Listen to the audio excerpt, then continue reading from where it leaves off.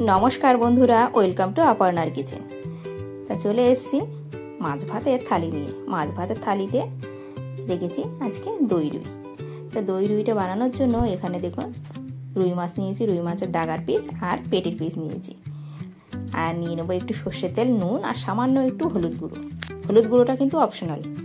তো এখানে মাছটাকে আমি ম্যারিনেট করে নিয়েছি। এদিকে কড়াইয়ে বসিয়ে তেল গরম বসিয়ে দিয়েছি, সর্ষের তেল দিয়ে মাছগুলো আমি একে একে দিয়ে দেবো। তো মাছগুলো কিন্তু হালকা করে ভাজবেন।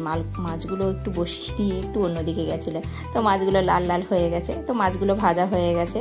এদিকে নিয়ে নেব গোটা মশলা, শুকনো লঙ্কা, তেজপাতা, পেঁয়াজ গ্রেট, আদা কাঁচা লঙ্কা বাটা আর বাদাম বাটা, আর নিয়েছি টক দই। এদিকে কড়াইয়ে তেল আবার একটু দিয়ে এখানে দিয়ে দেবো গোটা গরম মশলা, তেজপাতা, শুকনো লঙ্কা দুটো তেজপাতা, আর দিয়ে দেবো পেঁয়াজ গ্রেট করা। পেঁয়াজটা ভাজা ভাজা করে নিয়ে দিয়ে দেবো আদা রসুন বাটা আর কাঁচা লঙ্কা বাটা। দিয়ে মশলাটা কষে গেলে এখানে শুকনো মশলা দেবো। এখানে দিয়ে দেবো ধনে জিরে অল্প করে, আর দিয়ে দিয়েছি গোলমরিচ গুঁড়ো। গোলমরিচ গুঁড়োটা কিন্তু অপশনাল, এখানে আমি ঝালের জন্য দিয়েছি। আর দিয়ে দেবো সেই বাদাম বাটা। এখানে বাদামটা আমি আমন্ড বাদাম ব্যবহার করেছি। দেখুন বাদাম বাটা দিয়ে কষিয়ে নেবো।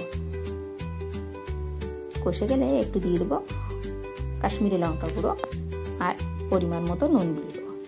দিয়ে ভালো করে কষিয়ে নেবো। এদিকে টক দইটা ফেটিয়ে নিয়েছে সামান্য একটু চিনি আর নুন দিয়ে, এভাবে ফেটিয়ে একটু জল দিয়ে বাটিটা ধুয়ে দিয়ে দেবো। দিয়ে আবারও কষিয়ে নেবো মশলাটা। এখানে দেখুন মশলাটা কষিয়ে নিয়েছি।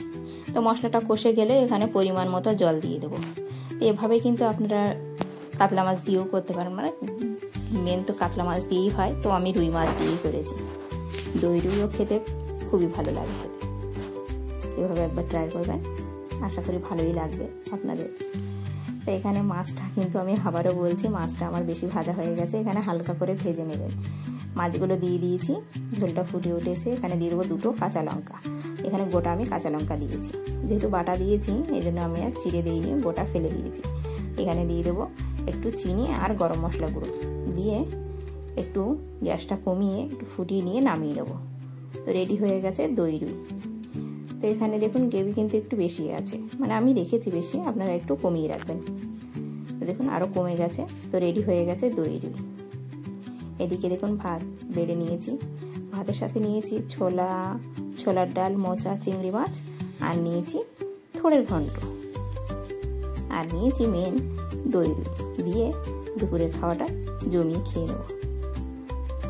মোচা দিয়ে মানে থোড় দিয়ে খেয়ে নিচ্ছি। এটা থোড়ের ঘন্ট, আর এটা মোচা চিংড়ি আর ছোলার ডাল দিল, ওটা খেয়ে নিয়েছি। নিয়ে মাছটা খেয়ে নেবো।